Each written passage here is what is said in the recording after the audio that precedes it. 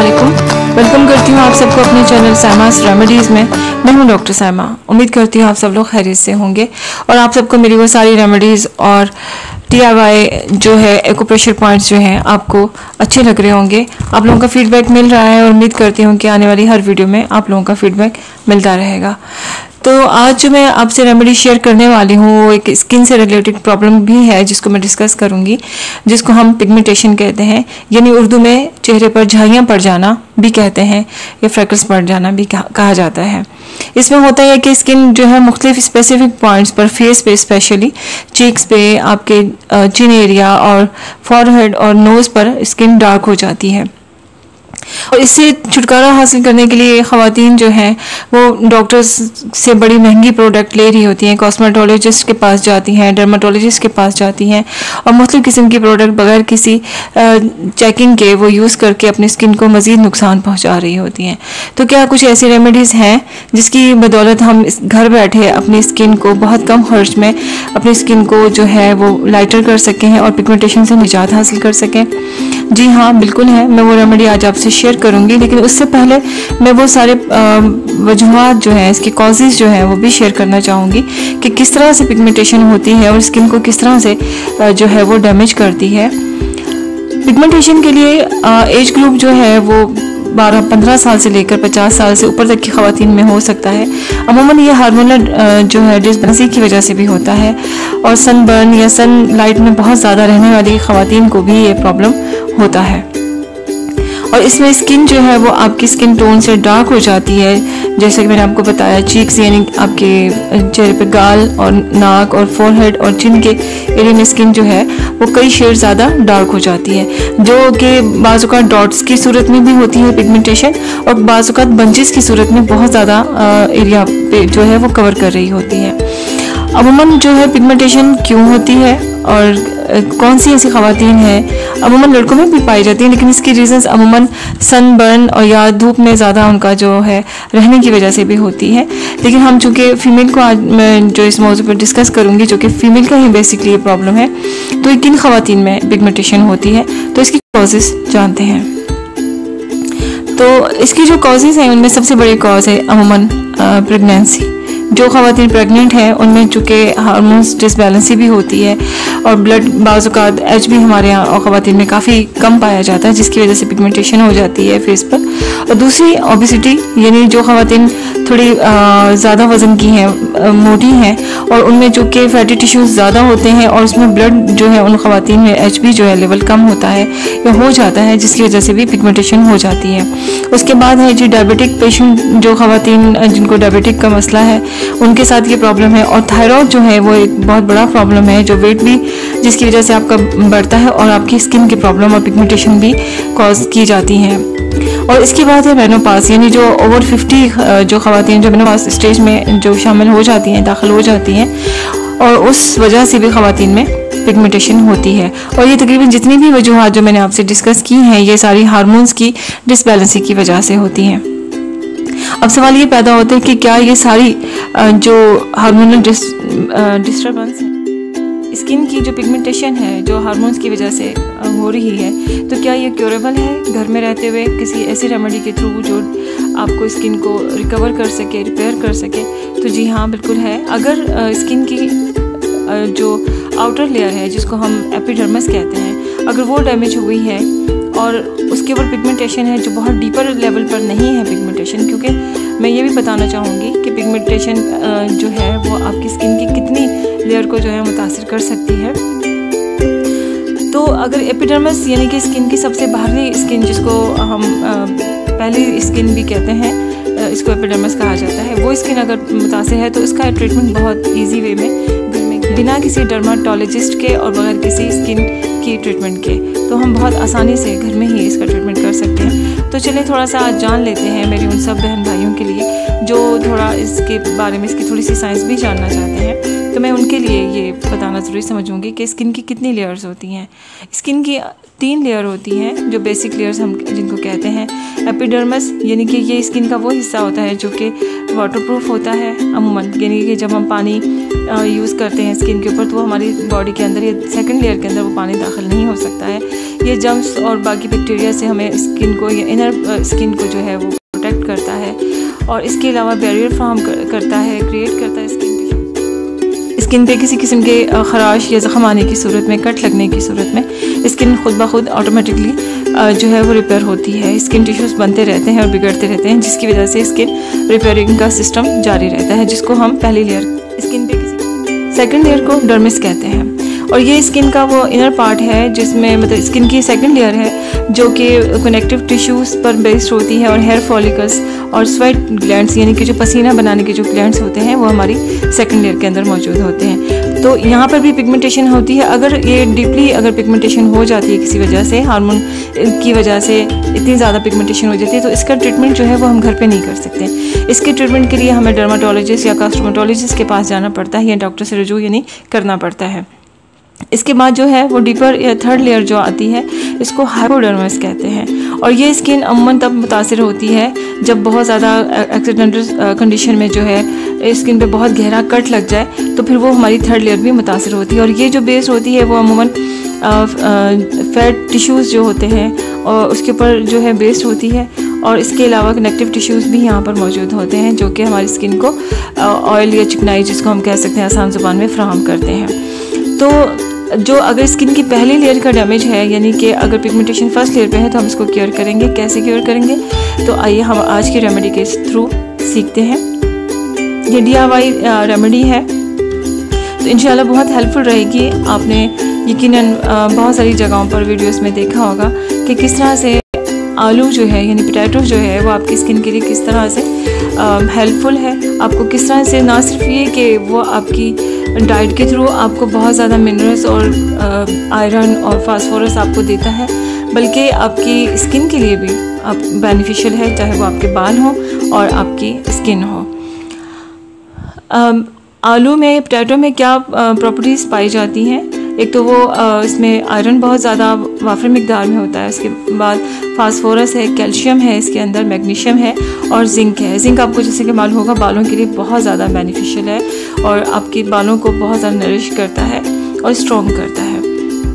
इसके अलावा जो इसके हेल्थ और के पॉइंट ऑफ व्यू से जो आपके लिए बेनिफिशियल है, ब्लड प्रेशर को आपके कंट्रोल में रखता है, आपकी हार्ट की जो हेल्थ है उसके लिए बहुत बेनिफिशियल है। प्लस अगर स्किन में इन्फ्लेमेशन है तो उसको क्योर करता है। कैंसर के लिए भी रिसर्च में बताया जाता है कि स्किन के लिए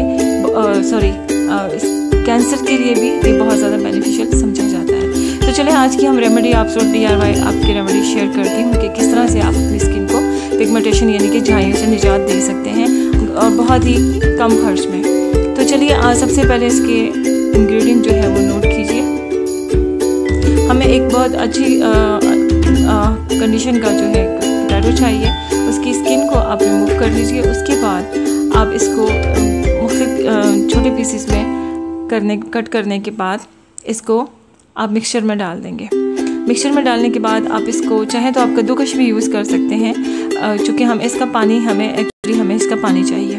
तो कद्दूकश में अगर आपको ईजी लगता है तो आप उसमें कर लीजिए, क्योंकि हमें और कोई चीज़ इसमें फ़िलहाल ऐड नहीं करनी है जब तक कि हम इसका पानी ना निकाल लें। तो इसका पानी आप तकरीबन 2 टेबल स्पून के करीब आप इसका पानी निकाल लीजिए। इसको मिक्सर से निकालिए या कद्दूकश से निकालिए और इसमें आप मिलाएंगे रॉ मिल्क, ठीक है, वो भी तकरीबन 2 टेबल स्पून के करीब होगा। एक तरह से हमारा ये क्लींजर तैयार हो गया। अब इसको हमने यूज़ कैसे करना है, ये हमारा क्लींजर है, इसमें हम कुछ ड्रॉप जो है लेमन के भी स्क्वीज़ करके डालेंगे। हम कॉटन लेंगे और अपने चेहरे को पहले वॉश करेंगे एक अच्छे से फेस वॉश से, उसके बाद हम इससे क्लीन करेंगे, अपने चेहरे को क्लींजिंग करेंगे। तकरीबन 4 से 5 मिनट अच्छे से हल्के हल्के अपने चेहरे पर इसको कॉटन से अपने चेहरे को साफ़ करेंगे और इसके बाद अपने चेहरे पे इसको वाइप ऑफ कर लेंगे। अब उसके बाद हम बनाएंगे पोटैटो स्क्रब, ठीक है। स्क्रब बनाने के लिए हमें क्या चाहिए, हमें सबसे पहले वही पोटैटो का पेस्ट चाहिए तकरीबन 2 टेबल स्पून, और इसमें हमें चाहिए राइस फ्लोर यानी चावल का आटा चाहिए, और इसके बाद हमें चाहिए रोज़ वाटर जो तकरीबन 1 टेबल स्पून चाहिए, और इसमें हमें ग्लिसरीन भी चाहिए। यानी टोटल कितनी चीज़ें हुई, 4, यानी कि पोटैटो पेस्ट, राइस फ्लोर और रोज़ वाटर और ग्लिसरीन। हमने ये तकरीबन क्वांटिटी अपनी सहूलत के हिसाब से देखनी है। अगर आप एक से ज़्यादा लोग बना रहे हैं तो क्वांटिटी आप बढ़ा सकते हैं, उसी हिसाब से आप अपनी मिकदार को बढ़ा सकते हैं। लेकिन मैं चूँकि 1 से 2 फेसेस के लिए ये रेमेडी बता रही हूँ, तो आप 1 टेबल स्पून जो है रोज़ वाटर, ग्लिसरीन आप ½ टी स्पून रखिएगा, और राइस जो फ्लोर या आटा है वो आप 2 टेबल स्पून रखिएगा, और इसको थिक सा थोड़ा पेस्ट बना लीजिएगा जो आपके चेहरे पे स्टिकी मतलब रह सके थोड़ी देर तक के लिए, और बहुत ज़्यादा लाइट नहीं होना चाहिए। इसको आप जब पेस्ट अच्छी तरह से मिक्स करने के बाद आप इसको 3 मिनट तक चेहरे पे अच्छे से मसाज करके थोड़ी थिक लेयर अपने फेस पर लगाएंगे, और गर्दन पर और पीछे अपने नेक एरिया पर अच्छे से आप इसको लगा के इसको तकरीबन 10 मिनट के लिए छोड़ देंगे। और जब आप इसको रिमूव करेंगे 10 मिनट के बाद, तो आप अपने हाथ को हल्के गुलाब से अपनी फिंगर को थोड़ा सा गीला कीजिएगा, और उसके बाद अपने चेहरे पर आप इसको अच्छे से सर्कुलर मूवमेंट में रब करते हुए अपने सारे स्क्रब को, वो फेस जो मास्क है वो हम बनाएंगे या फेस पैक जो है वो बनाएंगे। वो कैसे है कि इसमें भी वो सेम आपको जो है 2 टेबल स्पून पोटैटो पेस्ट लेना है, इसमें एलोवेरा जेल लेना है 1 टेबल स्पून लेना है, और इसमें आप थोड़ी सी पाउडर फॉर्म में मुल्तानी मिट्टी जो है वो तकरीबन 1 टेबल स्पून ही लेना है। ये मिक्सचर थोड़ा ज़्यादा बन जाएगा, लेकिन चूँकि हमें इसकी थोड़ी सी थिक लेयर जो है अपने फेस पर लगाएंगे, तो इसमें आप जो है ये सब चीज़ें मिक्स कर लीजिए अच्छे से। जब ये अच्छे से मिक्स हो जाए तो 1 विटामिन ई का जो है कैप्सूल जो है वो भी आप इसमें ऐड कर दीजिए, और इसको अच्छे से पेस्ट करके स्मूथली जब पेस्ट बन जाए, तो अगर आपको थोड़ा थिक लगे तो आप एलोवेरा जेल मज़ीद इसमें ऐड कर सकते हैं। तो इसके बाद आप इसको फेस मास्क को जो है अपने चेहरे पर अच्छे से लगाएंगे, और तकरीबन 10 मिनट तक इसको, या इससे ज़्यादा 15 मिनट तक आप इसको ड्राई होने देंगे। जब ये फेस मास्क जो है वो ड्राई हो जाएगा, तो उसके बाद आपने जो है गीले तौलिए से जो है इसको अच्छे से वाइप ऑफ कर लेना है, या डायरेक्टली आप पानी से, नॉर्मल पानी से आप इसको धोएं फेस को। उसके बाद आप जब आपका चेहरा क्लीन हो गया, तो आप इसके ऊपर जो है एज ए टोनर जो है, और इसमें आपको सीरम बताया था राइस सीरम, आप वो यूज़ करेंगे। उससे आपका जो वाइटनिंग जो है वो लॉक हो जाएगी, और स्किन जो आपकी वो बहुत ज़्यादा शाइन भी करेगी। तो आप जो है वो राइस सीरम अपनी फेस पर अप्लाई कीजिएगा। उसके बाद आपकी जो ये पोटैटो फेशियल है एक तरह से वो कंप्लीट हो गया। आपको मालूम होगा, मेरी आप लास्ट वीडियो देख लीजिएगा, वरना मैं डिस्क्रिप्शन में उसका लिंक डाल देती हूँ, कि सीरम जो है राइस सीरम आपकी स्किन के लिए कितना ज़्यादा बेनिफिशियल है। मैं अपने आने वाली वीडियोस में आपको बहुत सारे सीरम्स भी बताने वाली हूँ, जिसमें विटामिन सी है जो बहुत बेस्ट है आपकी स्किन के लिए। उसकी मुख्तलिफ किस्म की जो है वेजिटेबल्स से और फ्रूट से आपको सीरम्स बनाना मैं आपको बताती रहूँगी। हमेशा की तरह अब भी मैं आपसे जो है वो एक ब्यूटी से रिलेटेड एक्यूप्रेशर पॉइंट जो है वो डिस्कस करूँगी। मैं असल में आपको इसके साथ साथ एक चीज़ बताना ज़रूरी समझती हूँ कि मैं हर वीडियो में ब्यूटी से रिलेटेड एक्यूप्रेशर एक पॉइंट जो है मैं वो आपको बताया करूँगी, इसलिए कि आप अभी जो है बिगनर हैं। आहिस्ता आहिस्ता आप बहुत सारे पॉइंट्स जो हैं वो सीखेंगे। जब ये सारे फेस के जो फेशियल एक्यूप्रेशर पॉइंट्स हैं ब्यूटी से रिलेटेड, वो जब सब कवर हो जाएंगे, तो फिर मैं एक रिव्यू दूँगी आपको एक वीडियो में, जिसमें आपको सारे पॉइंट्स जो हैं वो आपको रिव्यू मिल जाएगा उसका।